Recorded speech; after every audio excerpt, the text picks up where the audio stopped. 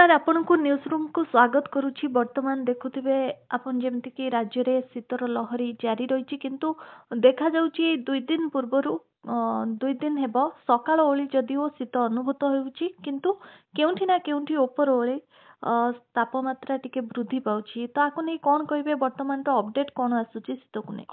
ନମସ୍କାର। ବର୍ତ୍ତମାନ ଆମର ଯୋଉ ସର୍ବୋଚ୍ଚ ତାପମାତ୍ରା ବଢୁଛି ତାର ମେଜର କାରଣ ରହୁଛି ଯେ ଆମର ବାଦଲ ବିହୀନ ଆକାଶ ରହୁଛି। ତେଣୁ ବାଦଲ ବିହୀନ ଆକାଶ ରହିଲେ ସୂର୍ଯ୍ୟଙ୍କର କିରଣ ପ୍ରଭାବରେ ଆମର ଯୋଉ ସର୍ବୋଚ୍ଚ ତାପମାତ୍ରା ଟା ବଢୁଛି, କିନ୍ତୁ ସର୍ବନିମ୍ନ ତାପମାତ୍ରା ବି ଲାଗୁଛି ଆମର ଯୋଉ 9 ରୁ 12 ସମୟ ସୀମା ରହୁଛି ତା ଦେହରେ ସର୍ବନିମ୍ନ ତାପମାତ୍ରା ଟା କମିବ। ତେଣୁ ଶୀତର ଯୋଉ ପ୍ରଭାବଟା ଅଧିକାଂଶ ଓଡିଶା ଓ ପାର୍ଶ୍ୱବର୍ତ୍ତୀ ରାଜ୍ୟ ମାନଙ୍କରେ ରହିବାର ସମ୍ଭାବନା ରହୁଛି। ତାପରେ 12 ପରେ ପରେ ଟିକେ ବାୟୁର ଚଳନର ସମ୍ଭାବନା ରହୁଛି। ବାୟୁର ଚଳନର ଯୋଉ ପରିବର୍ତ୍ତନ ଆମର ଦକ୍ଷିଣ ଭାରତରେ ବି ରହୁଛି, ଉତ୍ତର ଭାରତରେ ରହୁଛି। ଲାଗୁଛି ଦକ୍ଷିଣ ଭାରତରେ ଗୋଟେ ଘୂର୍ଣ୍ଣିବଳୟର ପ୍ରଭାବ ଯୋଉ ସମୟ ସୀମା ରହୁଛି 11 ରୁ ନେଇକି 13 ସମୟ ସୀମା କି 14 ସମୟ ସୀମା, ଆଉ ଉତ୍ତର ଭାରତରେ ସେମିତି ଗୋଟେ ପଶ୍ଚିମା ଝଡର ପ୍ରଭାବ ରହୁଛି 11 13। ଏଇ ଯୋଉ ବାୟୁର ଚଳନ ପ୍ରଭାବରେ ଦକ୍ଷିଣ ଭାରତରେ ଯୋଉ ଆମର ତାମିଲନାଡୁ, କେରଳ, ଆନ୍ଧ୍ରପ୍ରଦେଶ ଆଉ କର୍ଣ୍ଣାଟକ ସେ ଅଞ୍ଚଳ ବି ପ୍ରଭାବିତ ହେଇପାରେ। ସେମିତି ଉତ୍ତର ଭାରତରେ ବି କିଛିଟା ରାଜ୍ୟ ଇନକ୍ଲୁଡିଂ ଦିଲ୍ଲୀ ପ୍ରଭାବିତ ହେଇପାରନ୍ତି। ଯଦି ପୂର୍ବ ଭାରତ ଆପଣ ଦେଖିବେ, ସେଇ ଯୋଉ ଆମର ସମୟ ସୀମାଟା ରହୁଛି 11 ରୁ 14, ଏଇ ଯୋଉ ସମୟ ସୀମାଟା ରହୁଛି ସେଥିରେ ଆମେ ଆଂଶିକ ବାଦଲ କଣ୍ଡିସନ ଦେଖିପାରୁ, ହାଲକା ବର୍ଷା ବି ଦେଖିପାରୁ। ତେଣୁ ଯୋଉ 12 ରୁ 16 ସମୟ ସୀମାଟା ରହିବ, ମତେ ଲାଗୁଛି ସେଥିରେ ପୁଣି ତାପମାତ୍ରାଟା ବଢିବ। ତାପମାତ୍ରାଟା ବଢିବ, କିନ୍ତୁ 17 ରୁ ଯୋଉ 20 ସମୟ ସୀମା ରହୁଛି ସେଥିରେ ତାପମାତ୍ରାଟା ପୁଣି କମିବ, କାରଣ ବାଦଲ କଣ୍ଡିସନ ଆମର କ୍ଲିୟର ଆଉଟ୍ ହେବେ। ଆଉ ତାପରେ ଆମର ଯୋଉ ଋତୁଚକ୍ରର ସମୟ ସୀମା ସବୁ ରହୁଛି, ଯେମିତି 14 ତାରିଖ ଆମର ମକର ସଂକ୍ରାନ୍ତି, ଆମର ଦିନର ଯୋଉ ସମୟ ସୀମାଟା ବଢେ ଆଉ ଗୋଟେ ଟ୍ରାନଜିସନ ପରିବର୍ତ୍ତନ ଫେଜରେ ଆମେ ରହୁ ଶୀତରୁ ବସନ୍ତ ଋତୁ। ତେଣୁ ସର୍ବୋଚ୍ଚ ତାପମାତ୍ରାଟା ବଢିବାର ସମ୍ଭାବନା ରହୁଛି ଧୀରେ ଧୀରେ 12 ପରେ ପରେ।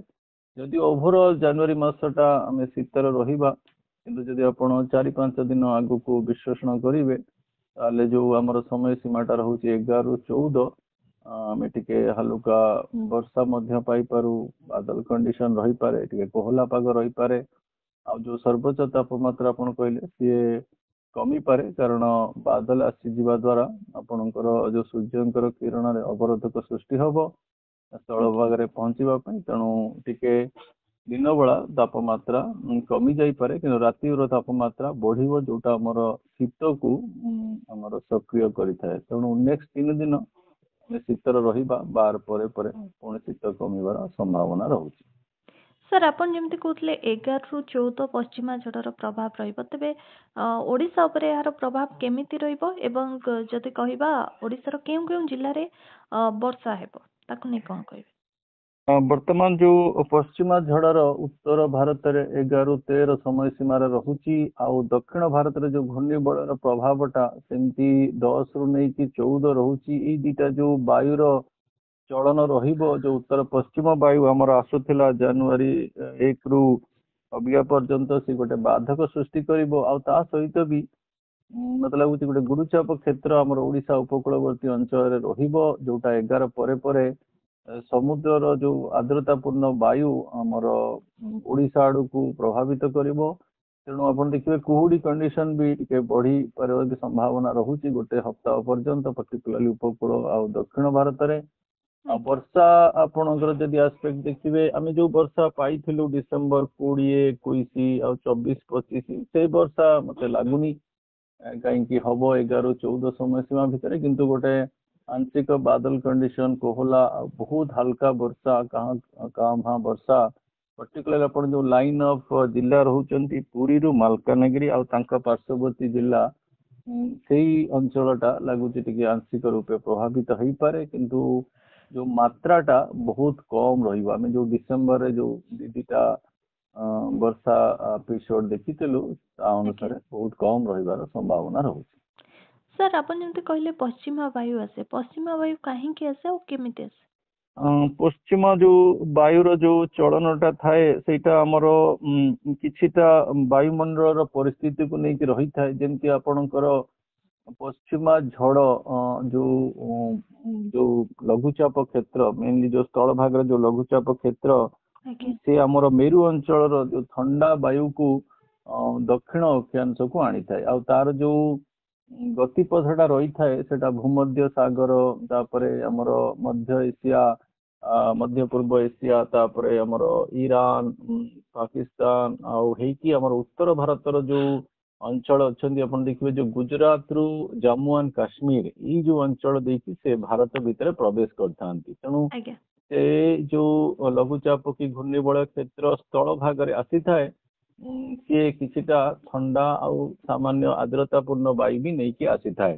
ତେଣୁ ସେ ବାୟୁ ଯେତେବେଳେ ପାହାଡରେ ଆପଣଙ୍କର ମାଡ଼ ହୁଏ, ହିମାଳୟ ପାହାଡରେ, ସେ ବହୁତ ତୁଷାରପାତ ଆଉ ଥଣ୍ଡା ସୃଷ୍ଟି କରିଥାଏ। ଆଉ ସେଇ ଥଣ୍ଡା ବାୟୁର ପ୍ରଭାବଟା ହୁଁ ଆମର କେନ୍ଦ୍ରୀୟ ଆଉ ପୂର୍ବ ଭାରତକୁ ଆସିଥାଏ। ଇଏ ଗୋଟେ କାରଣ। ଦ୍ୱିତୀୟ କାରଣ ହଉଛି ବାୟୁମଣ୍ଡଳ ଉପର ସ୍ତରରେ ଆମର ଗୋଟେ ଥଣ୍ଡା ବାୟୁର ସଞ୍ଚାଳନ ସବୁବେଳେ ଥାଏ, ତାକୁ ଆମେ କହୁ ଜେଟ୍ ଷ୍ଟ୍ରିମ୍। ଏଇ ଆଜ୍ଞା ଶୀତ ଦିନରେ ସେଇ ଯୋଉ ବାୟୁର ସଞ୍ଚାଳନର ଯୋଉ ପରିଧିଟା, ଯୋଉ ଅଞ୍ଚଳଟା, ସେ ବେଳେ ବେଳେ ଦକ୍ଷିଣ ଅକ୍ଷାଂଶକୁ ପଳେଇ ଆସେ। ତେଣୁ ଅବିକା ବି ସେଇ ବାୟୁର ଯୋଉ ଅବସ୍ଥିତିଟା ଅଛି ସେ ଟିକେ ଦକ୍ଷିଣ ଅକ୍ଷାଂଶରେ ଅଛି, ଭାରତ କେନ୍ଦ୍ରୀୟ ଭାରତ ପାଖାପାଖି ଅଞ୍ଚଳରେ। ତେଣୁ ଏଇ ଯୋଉ ଦିଟା ବାୟୁର ଚଳନ ରୁହେ, ସେ ଉତ୍ତର ପଶ୍ଚିମ ବାୟୁକୁ ବହୁତ ସକ୍ରିୟ କରେ। ଆଉ ତା ସହିତ ବେଳେ ବେଳେ ଆରବ ସାଗର ଉପରେ ଆମର ଗୁରୁଚାପ କ୍ଷେତ୍ର ସୃଷ୍ଟି ହେଇଯାଏ। ଗୁରୁଚାପ କ୍ଷେତ୍ର ସୃଷ୍ଟି ହେଲେ ସେ ପଶ୍ଚିମ ବାୟୁକୁ ବହୁତ ଶକ୍ତି ସହିତ ସେ ଉତ୍ତର ପଶ୍ଚିମରୁ ଉତ୍ତର ପୂର୍ବ ଆଡକୁ ଆଣିଥାଏ। ତେଣୁ ଏଇ ସବୁ ବାୟୁର ପ୍ରଭାବରେ ଉତ୍ତର ପଶ୍ଚିମ ବାୟୁଟା, ସକ୍ରିୟ ବାୟୁଟା ଆମର କେନ୍ଦ୍ରୀୟ ଆଉ ପୂର୍ବ ଭାରତକୁ ଆସିଥାଏ। ଆଉ ଆମେ ତା ଦ୍ୱାରା ଶୀତର ଅନୁଭୂତ କରିଥାଉ, ଯୋଉଟା ଜାନୁଆରୀ 1ରୁ ଆମର 12 ତାରିଖ ପର୍ଯ୍ୟନ୍ତ ଚାଲିଥିଲା। ଆଉ ମାନେ ଆହୁରି 3 ଦିନ ରହିବ।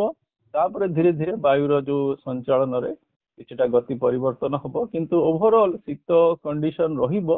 କିନ୍ତୁ 12 ପରେ ପରେ ଆମର ଯୋଉ ସର୍ବୋଚ୍ଚ ତାପମାତ୍ରାରେ ଧୀରେ ଧୀରେ ବୃଦ୍ଧି ପାଇବାର ବହୁତ ସମ୍ଭାବନା ରହୁଛି। ନିହାତି ଭାବେ ବହୁତ ବହୁତ ଧନ୍ୟବାଦ ସାର୍ ଆପଣଙ୍କ ଆଲୋଚନା ପାଇଁ।